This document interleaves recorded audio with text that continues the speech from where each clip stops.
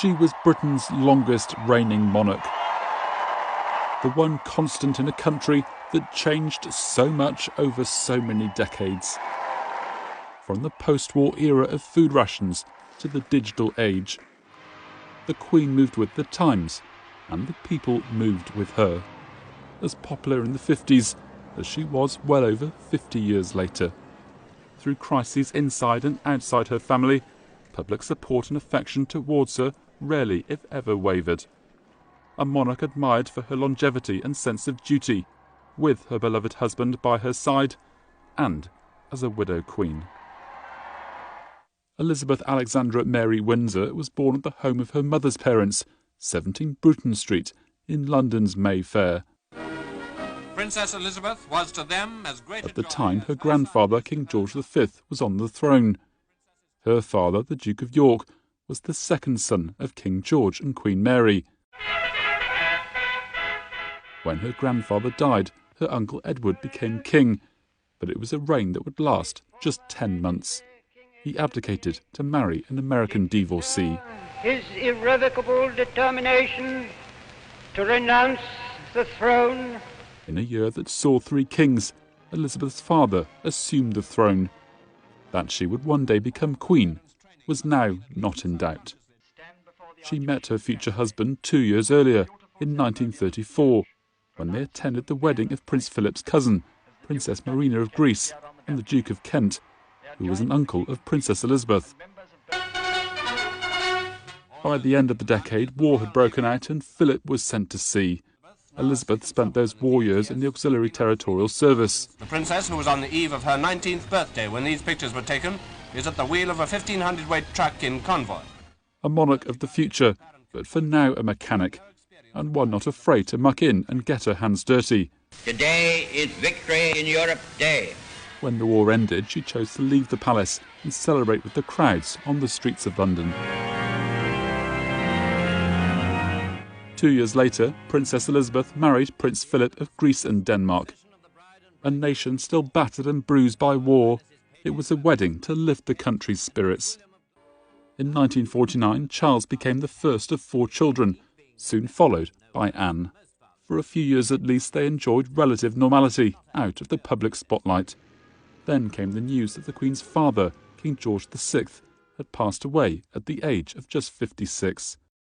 Elizabeth and Philip were in Kenya, only a few days into a 5-month tour of the Commonwealth. At 25 years old, a young woman who never imagined in early childhood that she would one day become Queen, was now head of state. The coronation took place a year later in 1953, an event the Duke of Edinburgh insisted should be televised for the world to see.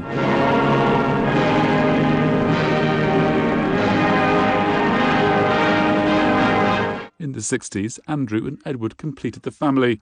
The Queen is said to have worried about her children, like any mother.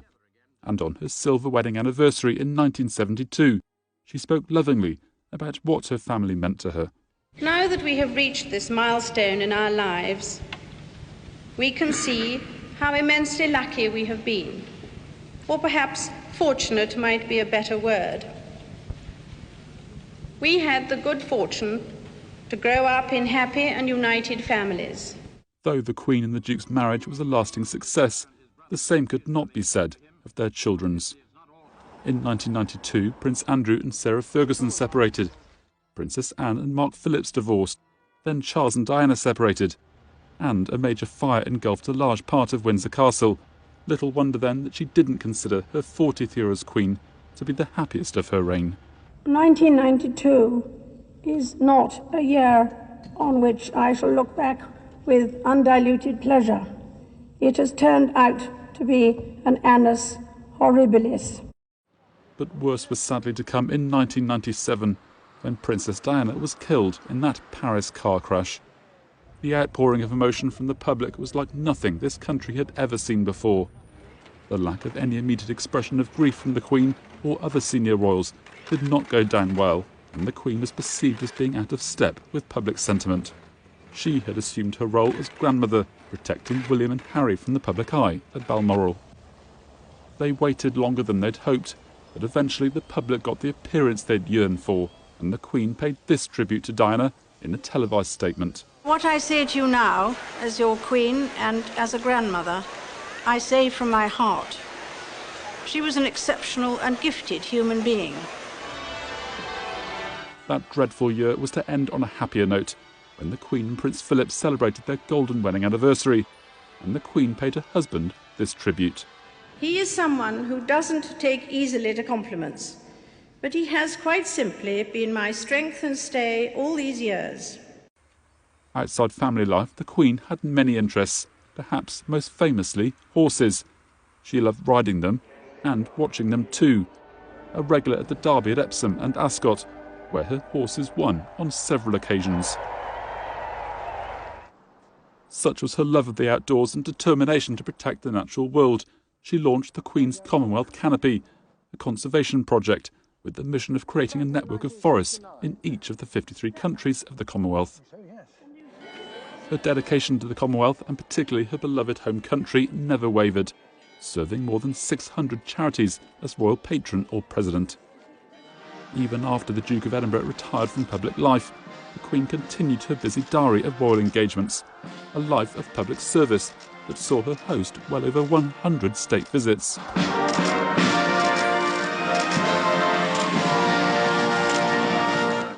In the new millennium, she was also kept busy not just by others, but by her own milestones. A Golden Jubilee, a Diamond one. The moment in 2015 she became the longest reigning monarch, followed a year later by her 90th birthday. And at the age of 96, a weekend of celebrations to mark her Platinum Jubilee. In between, Good evening, Mr. Bond. There was that appearance in the opening ceremony of the 2012 Olympics in London. And while she made the headlines, so did the younger generation of the royal family, for the right reasons and the wrong ones. Her second son Andrew faced allegations of sexual assault by Virginia Giuffre, allegations which he denied. She claimed she was trafficked to have sex with Andrew when she was 17 by convicted sex offender Jeffrey Epstein, who was a friend of the prince. In the end, the Queen stripped Andrew of his honorary military roles and royal patronages, and it was agreed that he would stop using his HRH style. In the Queen's later years, it wasn't just Andrew causing problems for her. Harry and Meghan stunned Buckingham Palace, and indeed the world, in a shock announcement that they wanted out of the royal family. A summit meeting was held at Sandringham, and a deal thrashed out that left Harry with rather less than he might have hoped. Gone was his role as Captain General of the Royal Marines. Gone too his position as Commonwealth Youth Ambassador, to which the Queen appointed him. Harry and Meghan began a new life in California. It was there that they gave Oprah Winfrey a bombshell interview about their old life in the UK and how it left Meghan feeling suicidal. I just didn't want to be alive anymore. And that was a very clear and real and frightening, constant thought. It was one of many shocking revelations. Others included allegations of racism within the royal family. A new crisis for the Queen to deal with, just as the country, and indeed the whole world, was beginning to emerge from its biggest health crisis for a century. The coronavirus pandemic was a heartbreaking, stressful and anxious time, and the Queen found the words to comfort her people in only her 5th special television address of her reign. I hope in the years to come, everyone will be able to take pride in how they responded to this challenge. And those who come after us will say the Britons of this generation were as strong as any. We should take comfort that while we may have more still to endure, better days will return. We will be with our friends again. We will be with our families again. We will meet again. 1 year and 4 days after that television address, the Queen was grieving her own personal loss, as so many had done that year. After 73 years of marriage, her husband, the Duke of Edinburgh, passed away at the age of 99. Restrictions on numbers allowed at funerals were still in place, rules that applied to the royal family just as much as everyone else who'd lost loved ones during the pandemic. The widow Queen continued her busy diary of engagements, just as she had with Prince Philip by her side. There were times when, on doctor's orders, those engagements became virtual instead. That commitment to serving her country and the Commonwealth is a legacy she passes on to the new king and those who will follow. With such a loyal sense of duty despite her personal grief, old age and family drama in the background, it isn't hard to see why public affection for the Queen remained as high as ever. This was a duty she did not choose, a destiny which befell her at the age of just 10, a monarch through times of so much change, and one whose reign is unlikely to be surpassed any time soon.